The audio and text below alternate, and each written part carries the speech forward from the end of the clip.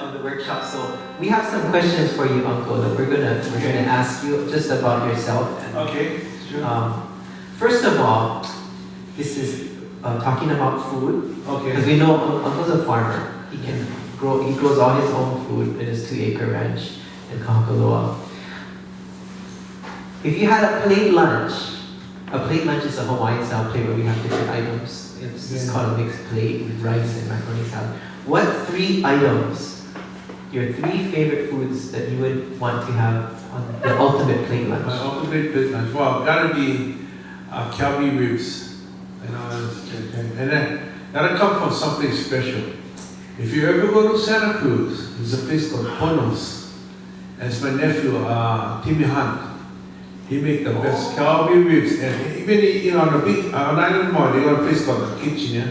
They used to cook on good, but nowadays, the cooks nowadays, they just go too fast. They burn everything. And you know, the sugar in the curry come up, and I get that bitter taste with that for the shoyu.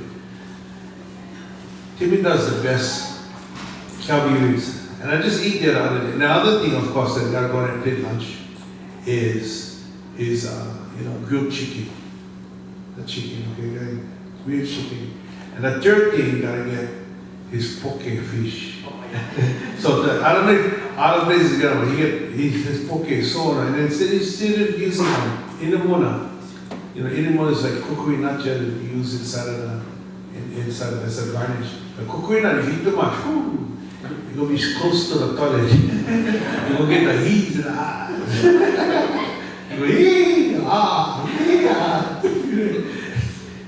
the thing is, what he did is he actually started to get the same flavors in the morning, but he crushed the macadamia nuts inside. So you get the same texture, same idea, but no more side effects. So it's really good. It's poke. And the one I like is, shoyu poke with green onions, little bit sesame seed, oil, and that kind of stuff. With a little bit of ginger, that's the key. Gotta get ginger inside that. And the reason I know the thing is good because he's using my recipes. So that's how I know the thing is good. And then I told him one of the things I hate about Calbee ribs, I cannot stand when they overcook. So he had to cook them, purposely. You can't overcook ribs. So a little bit on the rare side, but because as you get enough to your plate, they took the cost, but it's still cooking, you know what I mean? So that's the key. So that was, did I answer? Yeah. Calbee ribs, teriyaki chicken, and poke fish on the plate lunch. Okay, this is a test. Yeah, okay, last question. Okay, music is your work, but it's also your hobby.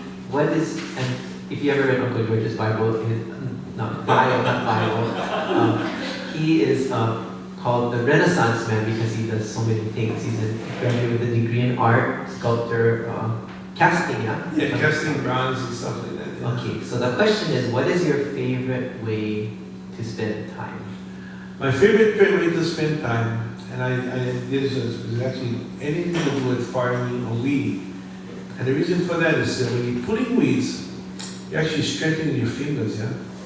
And when you pull weeds, it's a certain way to pull. You cannot only just use these 2 fingers to pull the weed. You gotta actually use this one, and this one. So what you do is strengthening all your fingers when you're pulling weeds. And the other thing too, of course, if I see coffee that's ready, my fingers just get so itchy, I go pick the coffee. So the thing about coffee is you pick only the red ones, like one red is in a commercial. You only pick the red ones or the green, and leave all the greens behind, you know. So to me, farming actually helps you to enhance your ukulele, whatever. So each of you should have a garden that you maintain. Make sure you have plenty of weeds inside. If you don't have a garden, find somebody in your neighborhood who has weeds. Go over there and help pull the weeds strengthen your fingers.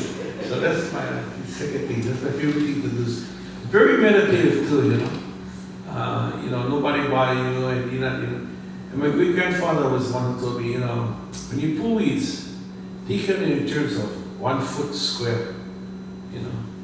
If you can pull weed for 1 foot square, plant it 1 foot square, then you can do 2. And if you do 44,800 of those squares, you got 1 acre.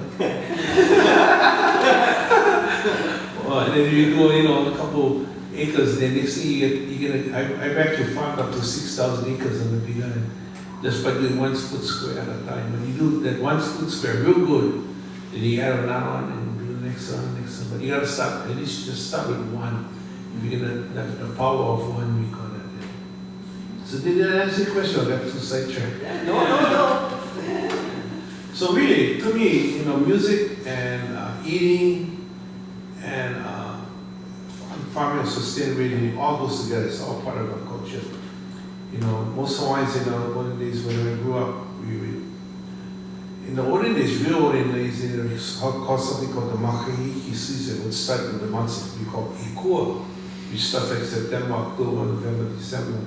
So for 4 months, Hawaiians would party, really. For 4 months solid, you gotta go plenty of food and everything like that for 8 months, you know what I mean? And you would store that food, because during that time, everybody put away their weapons, no wars, nothing. All you do is party, and you would have games. That was your game. You would challenge each other, yeah?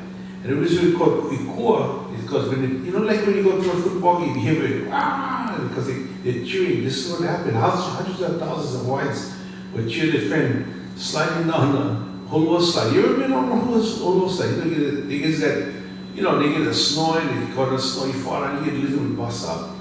But the holo slide was almost like 7 to 10 miles long, okay, from the top of the mountain. But it's all over rocks on 2 sides. So they built this hole like a big stone wall, it's only about 10, 12 feet wide. And they put stone on top. Then they threw peely grass on top so you can slide. You're actually sliding on the peely grass. But if you miss out, if you get off that little slide, you hit a lot of rock, and you go head first, you get bust nose, bust feet, and everything, you're going to be all bust up. So that was part of the sport, that kind of stuff. So they're going down the whole side, and everybody would be yelling for who they want. They would have wrestling, bow and arrow. I heard the stories of in olden days, the guys were so good at bow and arrow. And they would go shooting rats during rat season. And they would shoot like with 1 shot, they'd catch like 20 rats all in a row. Because we're all hiding in the bushes, and you find someone with right through the eye. So that's how accurate. And then also they would have the water sports, like surfing and all like that.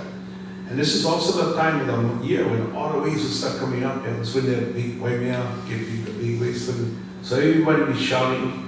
The ocean was shouting. That's what they call it, ikua, the time of shouting. But it's also called the makahiki season.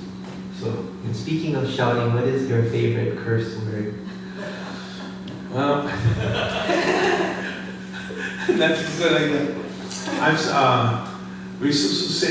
supposed to say farm amendments, something like that. What do you say, Mr. Connie?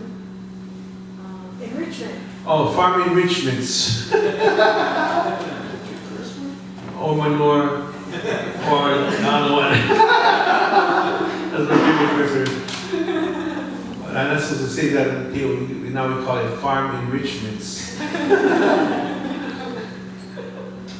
Okay. That was it. Yeah. Now, are you going to ask all you guests the same questions? Oh, everybody give you questions. I think the curse word